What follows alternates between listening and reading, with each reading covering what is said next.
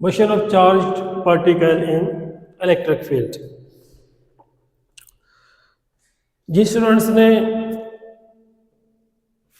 Potential gradient और electric field strength ये दो टॉपिक नहीं सुने तो पहले वो ये टॉपिक सुन लें, तब जाके उनको ये टॉपिक ज़रा बेहतर समझ आएगा। और इन दोनों टॉपिक्स के लिंक्स आपको डिस्क्रिप्शन में भी और कॉमेंट्स में भी मिल जाएंगे। चलो, motion of charge particle in electric field.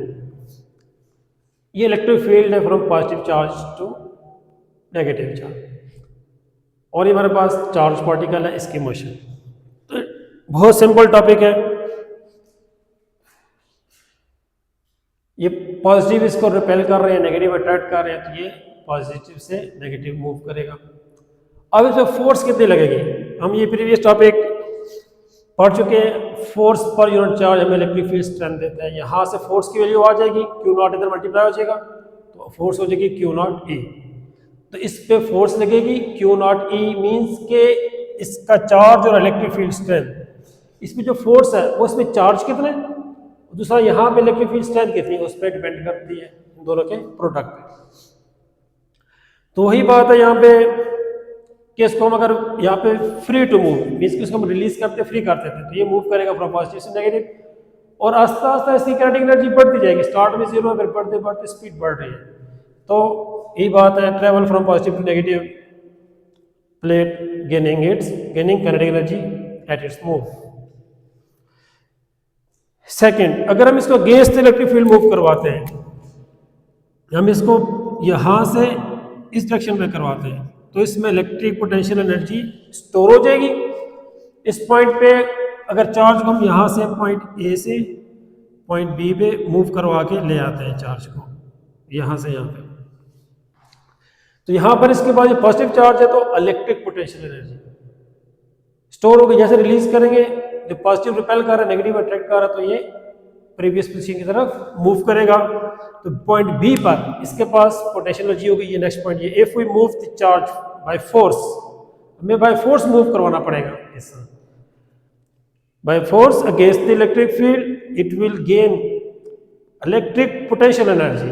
यहाँ पे इस पर इलेक्ट्रिक पोटेंशियल एनर्जी स्टोर हो जाएगी जैसे हम मूव करवा के, and then released it will move backward towards the original position. जब इसको रिलीज करेंगे तो बैकवर्ड पोजीशन की तरफ मूव कर जाएगा।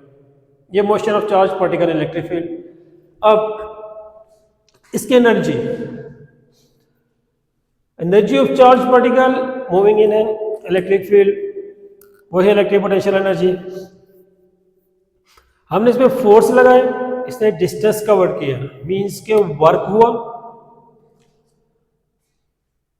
हुआ किस पे, चार्ज पे।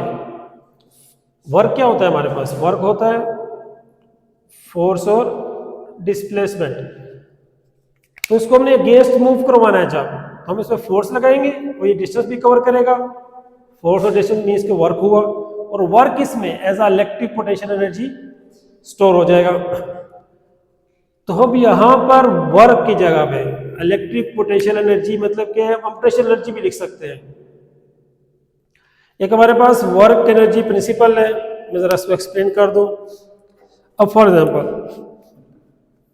ये जैसे मैं इसको यहाँ से यहाँ मूव करवा रहा हूँ, तो मैंने फोर्स लगाया, इसने डिस्टेंस कवर किया, तो वर्क हुआ, और ये वर्क इसमें as a potential energy store हो गया। तो इस केस में जो वर्क है हमारे पास वो पोटेंशियल एनर्जी के इक्वल है। अच्छा, अब क्योंकि इस तरह हाइट चेंज हुई, अगर हाइट चेंज नहीं हो रही, मैं फोर्स लगा रहा हूँ, डिस्टेंस कवर कर रहा है, तो वर्क जो सा वो इसकी काइनेटिक एनर्जी को चेंज कर रहा है। तो मीन्स कि इस केस में वर्क हमारे पास जो सा होगा वो काइनेटिक एनर्जी के इक्वल होगा, क्योंकि जो मैंने वर्क किया है वो उसकी काइनेटिक एनर्जी में कन्वर्ट हुआ है। कोई पोटेंशियल एनर्जी इसकी चेंज है, सेम लेवल पे तो पोटेंशियल एनर्जी चेंज नहीं हुई, लेकिन हाइट भी चेंज हो रही है और ये मूव भी कर रहा है इस तरह। तो इस टाइम जो वर्क होगा हमारे पास, इस टाइम जो वर्क होगा वो हमारे पास होगा potential energy plus kinetic energy. तो ये वर्क एनर्जी प्रिंसिपल है। तो यहां पर हमारे पास जो वर्क है वो इसकी पोटेंशियल एनर्जी है, तो work done per unit charge में इलेक्ट्रिक पोटेंशियल डिफरेंस प्रोवाइड करता है। तो Q इधर जाके मल्टीप्लाई हो जाएगा, तो यहाँ पर वर्क हमारे पास होगा एनर्जी। इसकी कौन सी एनर्जी? Electric potential energy. तो वर्क की जगह पर तो एनर्जी हमारे पास आ जाएगी Q डेल V, एनर्जी आ गई Q। तो यहाँ पर वर्क हमारे पास एनर्जी के इक्वल है। अब Q is the charge, del V is the potential difference. अब इलेक्ट्रॉन वोल्ट क्या? अगर यहां पे ये इलेक्ट्रॉन होता तो यहां पे जो चार्ज है वो इलेक्ट्रॉन का चार्ज होता। इलेक्ट्रॉन पे चार्ज होता है 1.6 मल्टीप्लाई 10 पावर माइनस 19 कूलम, और पोटेंशियल डिफरेंस कितना हो? 1 वोल्ट।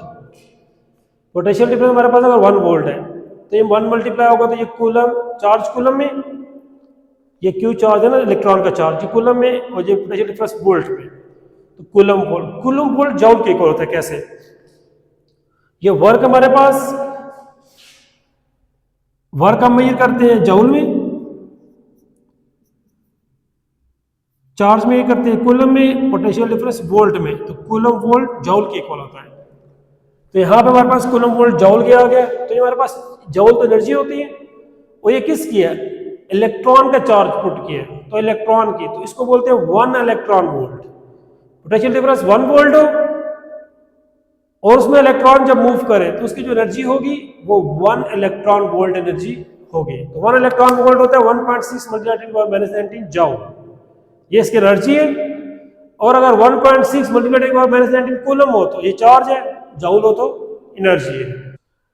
अब हमारे पास ये दो values, 1.6 multiply 10 power minus 19, 1.6 multiply 10 power minus 19, दोनों सेम है। कूलम है तो चार्ज ऑफ इलेक्ट्रॉन, जॉउल है तो 1 इलेक्ट्रॉन वोल्ट एनर्जी, क्योंकि जॉउल एनर्जी का यूनिट है, कूलम चार्ज का यूनिट है, और मल्टीप्लाई बाय 1। अब 1 इलेक्ट्रॉन वोल्ट एनर्जी कौन सी है? 1 electron volt it is the energy, क्योंकि यूनिट इसका जॉउल आया तो ये एनर्जी है।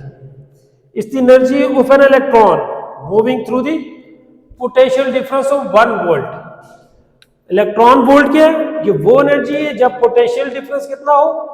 1 वोल्ट, और उसमें से जब एक इलेक्ट्रॉन मूव करे तो वो जो एनर्जी गेन करेगा या लूज करेगा, वो एनर्जी जो सी होगी वो 1 इलेक्ट्रॉन वोल्ट एनर्जी होगी।